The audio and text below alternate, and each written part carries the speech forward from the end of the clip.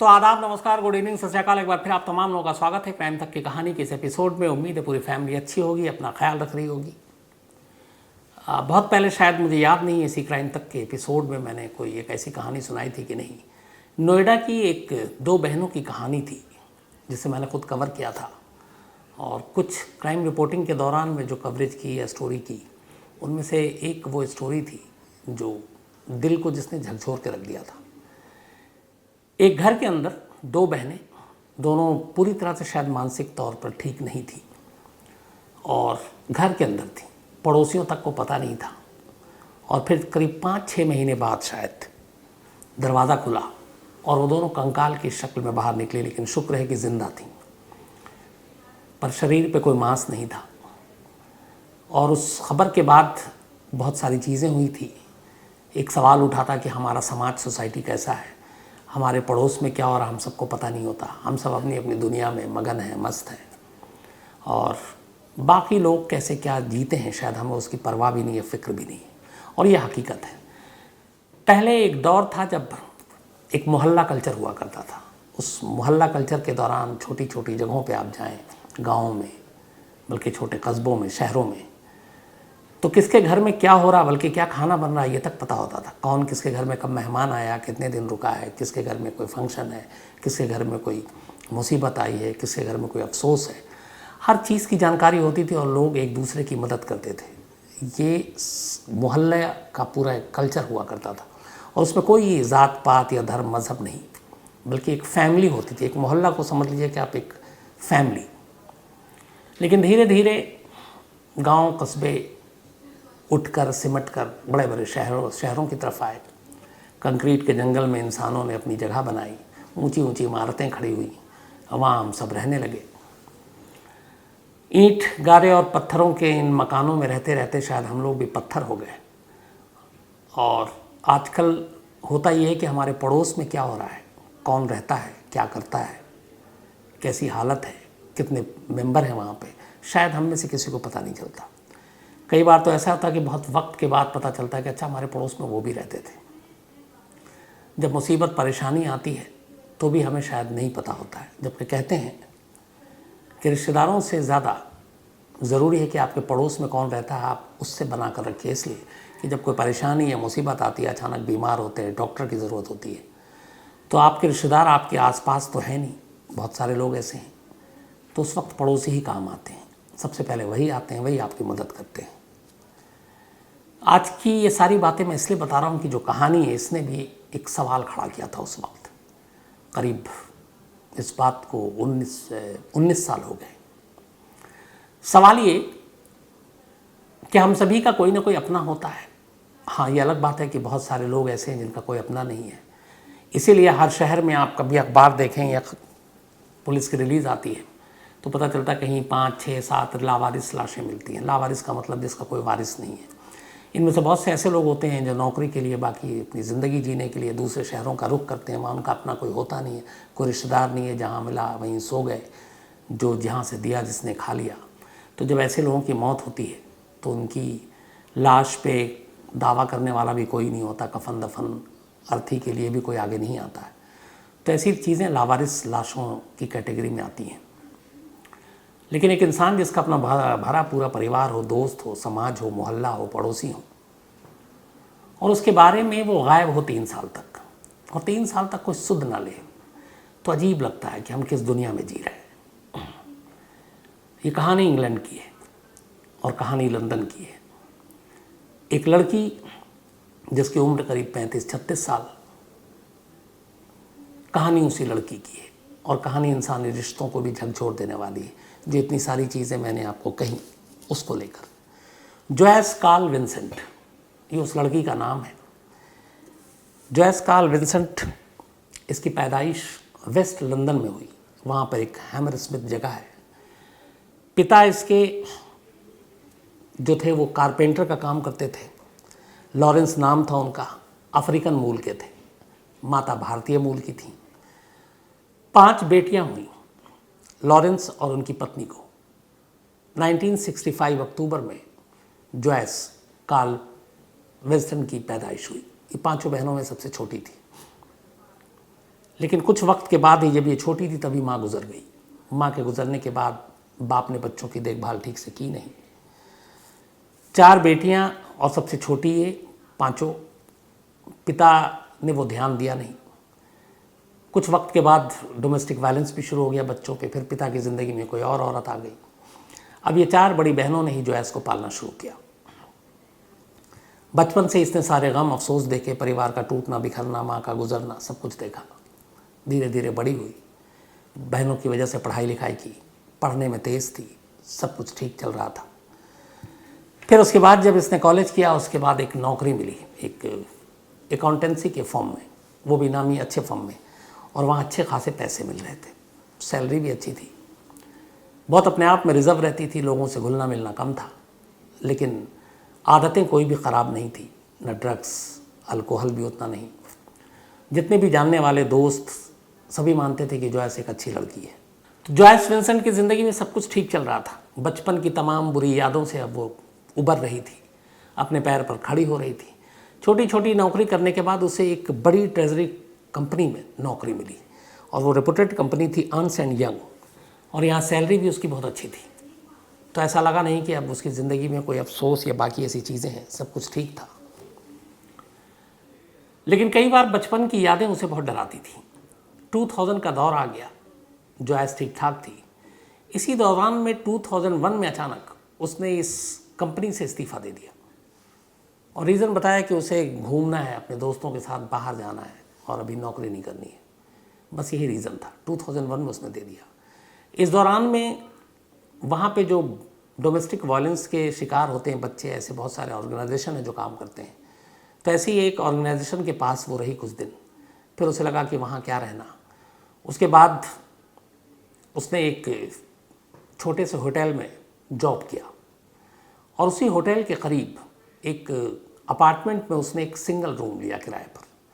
ये room actually पर person पर रूम के हिसाब से होता था, सस्ता था उस इलाके में। और कहते हैं कि ये जो अपार्टमेंट था, जिसमें एक रूम में एक शख्स जो रहता था, ज़्यादातर वो लोग रहते थे जो ड्रग एडिक्ट्स हैं या ड्रग्स लेते हैं।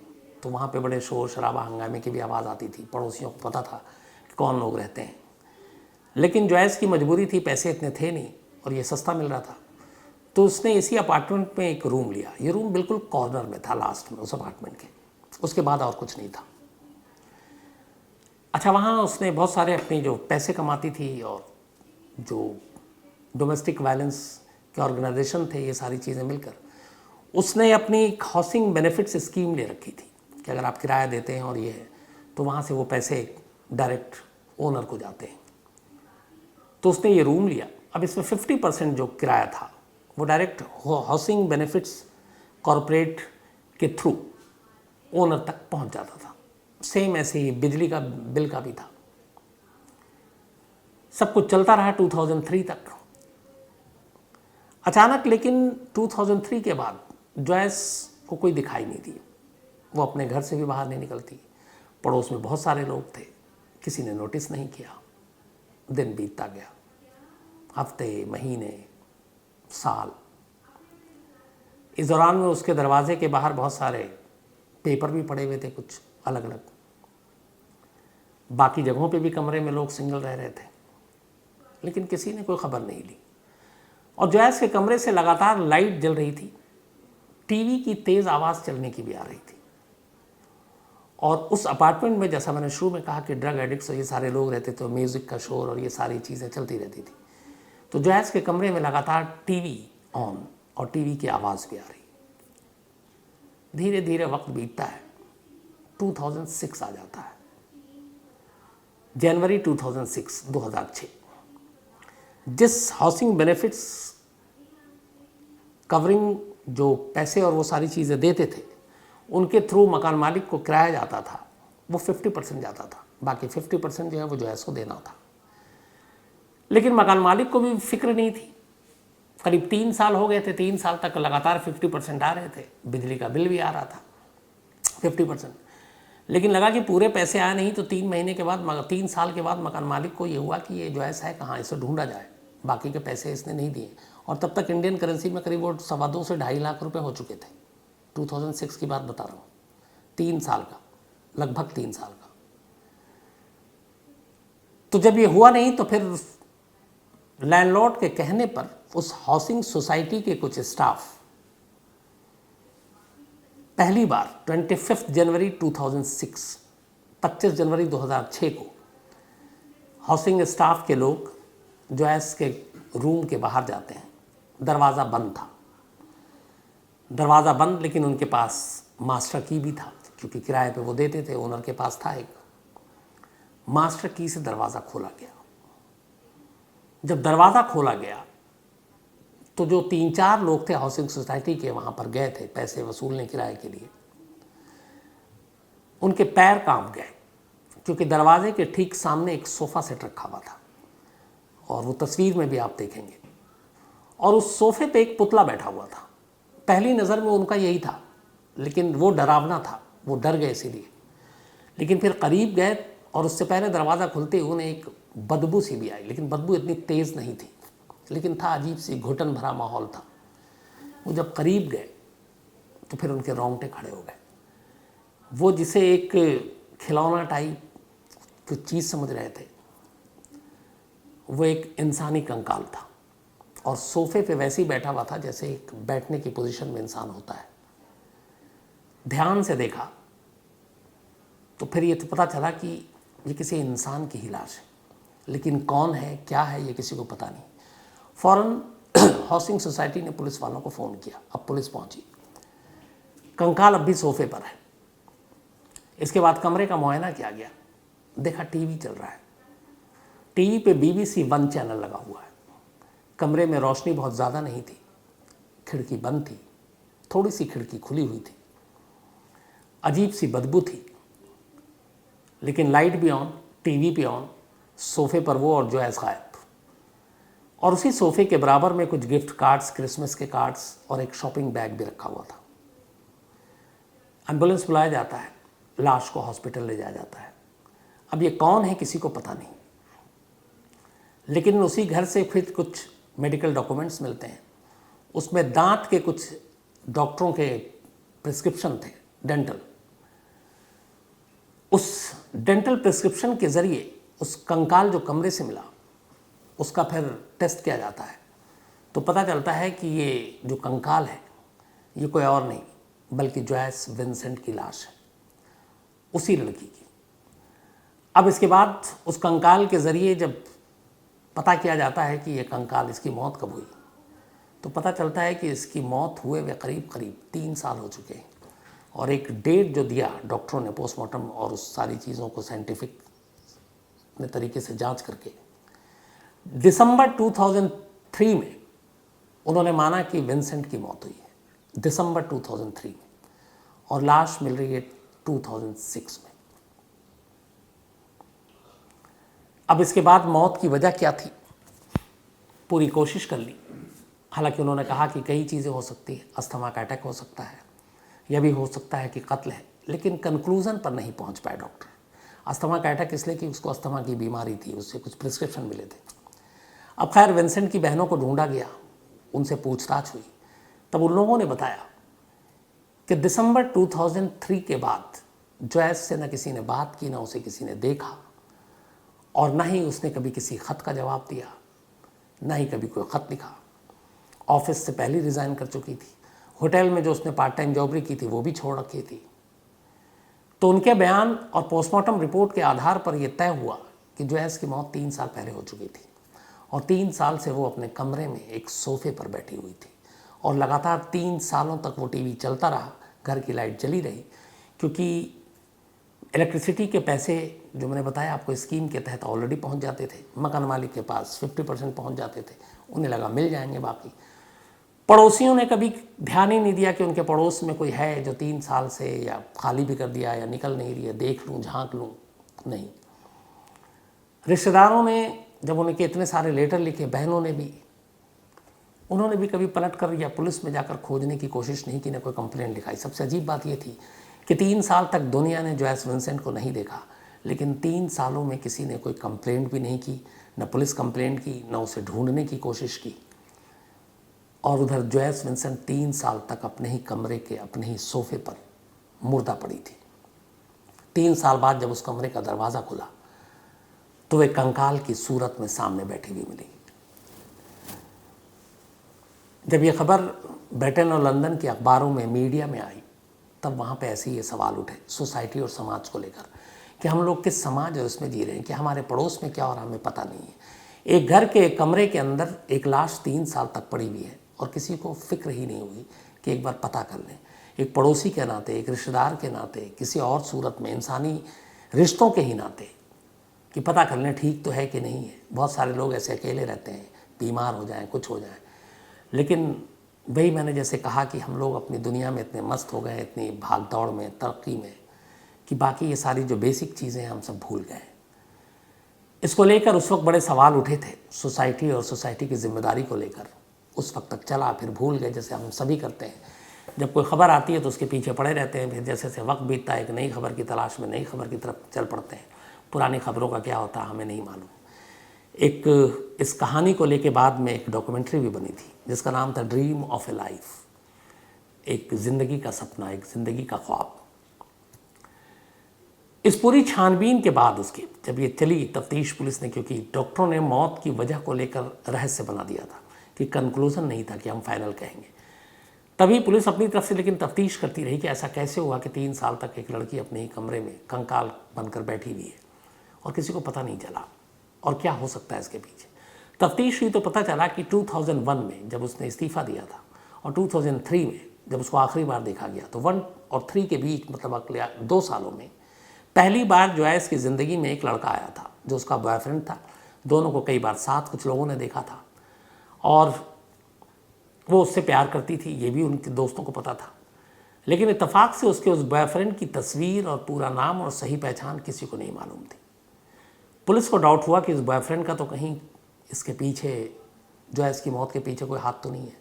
पुलिस ने काफ़ी कोशिश की, लेकिन अफसोस की बात ये कि सच्चाई तो छोड़िए, उसके बॉयफ्रेंड की असलियत क्या थी, वो कौन था, क्या नाम था, कहाँ रहता था, कैसा दिखता था, ये तक पुलिस पता नहीं लगा पाई।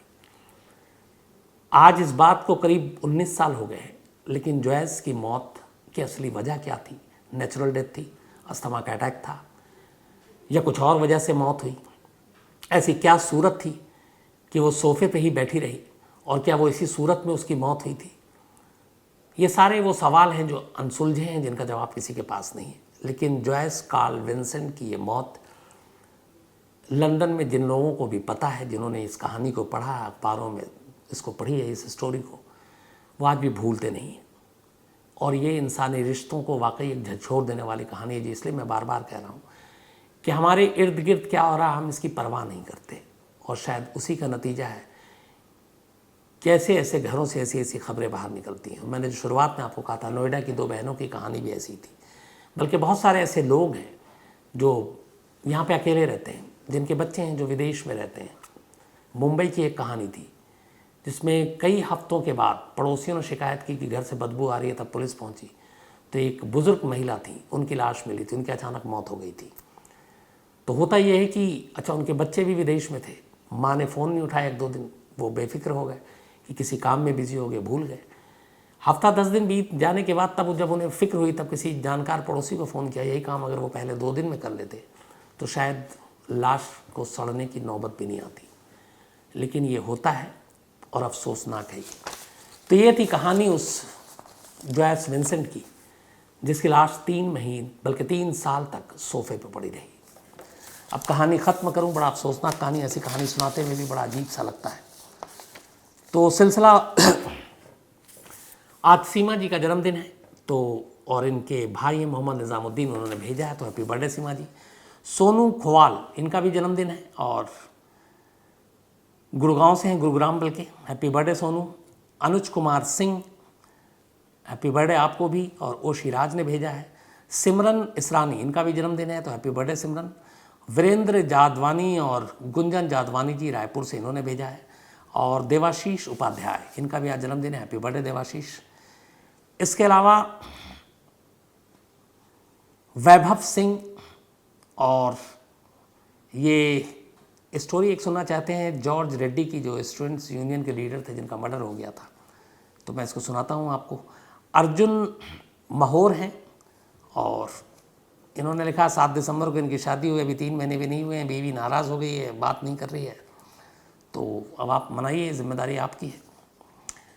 कपिल शर्मा हैं और ये इसके अलावा राजीव चौहान हैं चंडीगढ़ से, थैंक यू। जब भी चंडीगढ़ आऊँगा राजीव साहब ज़रूर आपसे मिलूँगा। सुरेंद्र कुमार हैं, कांगड़ा की कोई स्टोरी सुनना चाहते हैं, खुद ये हिमाचल प्रदेश से हैं। प्रदीप पालीवाल जी हैं और इन्होंने भी कुछ लिखा था। साजिद लोहार हैं, ये इंडो पाक वॉर की कहानी सुनना चाहते हैं। बिसंजीत भट्टाचार्य जी हैं और ये यूएई में एक महिला थी शायद मोरक्को की, जिसने अपने बॉयफ्रेंड का कत्ल करने के बाद उसकी बिरयानी बनाकर खाई थी। बोलने में सुनने में भी अजीब लगता है, उसकी कहानी सुनना चाहते हैं। विकास गुप्ता हैं, इन्होंने कल की कहानी पे सुना था कि वो जो कहानी थी पेरोल वाली, उसमें निहाल का क्या हुआ, क्या सज़ा हुई। तो निहाल गिरफ्तार है, पुलिस की कस्टडी में है और बाद में, सॉरी कस्टडी में कह रहा हूँ, जेल में है और अभी मामला अदालत में है। कुणाल किशोर हैं और इन्होंने लिखा कि अब स्टोरी की आदत पड़ गई, एडिक्टेड हो गए हैं, कई बार डर भी लगता है, सलाह दें कि बीच में छोड़ने की भी कोशिश की, छोड़ भी दी। तो कुणाल किशोर साहब से मैं एक ही चीज़ कहूँगा, करिए सब, आदि किसी चीज़ की मत होइए। लत जो है वो बहुत बुरी चीज़ होती है। मल्हार हैं, एक स्टोरी की फरमाइश उन्होंने भी की है। दीपक शर्मा हैं और ये केपीएस गिल आईपीएस अफसर, पंजाब के डीजीपी, उनकी कहानी सुनना चाहते हैं। मेधा सिंह हैं, लखनऊ से, ये लॉ के स्टूडेंट हैं। इन्होंने कहा कि मैं भी क्राइम के केसेस की इन्वेस्टिगेशन करना चाहती हूँ, कैसे करूँ, क्या करूँ, सुझाव और सलाह मांगी थी। तो मेधा, आप एक तो लॉ कर रही हैं, हालांकि आपने लिखा है मुझे जैसे शायद कॉर्पोरेट लॉ कर रही हैं, उसमें तो क्राइम की इन्वेस्टिगेशन नहीं होगा, लेकिन अगर आप एक बार पहले लॉ की पढ़ाई कर लें, देन आप तय कीजिए, आप क्रिमिनल लॉयर बन सकती हैं और उसके ज़रिए आप इन्वेस्टिगेशन भी कर सकती हैं। तो बाकी मैं आपको फिर और डिटेल बताता हूँ। इसके अलावा रोहन राजपूत हैं, इन्होंने कहा अपने देश में इच्छा मृत्यु का क्या स्टैंड है। तो अपने देश में इच्छा मृत्यु नहीं है, इलीगल है, कानून भी नहीं है। तो अगर कोई अपनी जान लेने की कोशिश करेगा तो फिर खुदकुशी के इल्ज़ाम में या खुदकुशी की कोशिश के इल्ज़ाम में पकड़ा जाएगा। अनुजा सोनी हैं, इसके अलावा प्रिंस शुक्ला हैं, पवन हैं और उनका कहना है कि इनके गांव में बहुत सारे बच्चे जो हैं और लोग जो हैं वो रमी गेम्स खेल के बर्बाद हो रहे हैं। ऐसा नहीं होना चाहिए, मेरा मानना है। जुआ और ये सब गेम्स वक्त से पहले और ज़रूरत से ज़्यादा पैसे कमाने की अगर ख्वाहिश जाग जाए तो समझिए कि गड़बड़ है, उसमें नुकसान हो सकता है। तो जितनी ईमानदारी से पैसे कमाएं जितने वक्त में, वही अच्छा है, सुकून की नींद भी आती है। तो गलत तरीके से पैसे ना कमाएं, इसमें बर्बादी ज़्यादा होती है। योगेश पटेल, रवि पटेल और जिगर पटेल तीनों दोस्त हैं और नेल्सन मंडेला की कहानी सुनना चाहते हैं, मैं ज़रूर सुनाऊंगा। मोहम्मद एहसान है, थैंक यू वेरी मच एहसान साहब आपके मेल के लिए। अजहर कुरैशी हैं और ये शाजापुर एमपी से हैं। देव मंगुकिया हैं सूरत से। इसके अलावा पार्था चक्रवर्ती हैं तिनसुकिया से, थोड़े नाराज़ हैं ये ऐड वैड को लेकर, तो इनकी नाराज़गी भी दूर करनी पड़ेगी। अभिषेक कुमार है, थैंक यू वेरी मच आपके ईमेल के लिए। महेंद्र ओसू हैं और एक कहानी की फरमाइश की है। इसके अलावा आकिल अहमद हैं, संजीव भट्ट आईपीएस की कहानी सुनना चाहते हैं। आशु वर्मा हैं, थैंक यू सो मच आप तमाम लोगों के मेल के लिए, कहानी की जो फरमाइश है उसके लिए। बारी सभी की आएगी। तो आज कहानी में इतना ही, आपसे मुलाकात होगी कल रात 9 बजे किसी नई कहानी के साथ। तब तक अपना ख्याल रखिएगा। Thank you very much.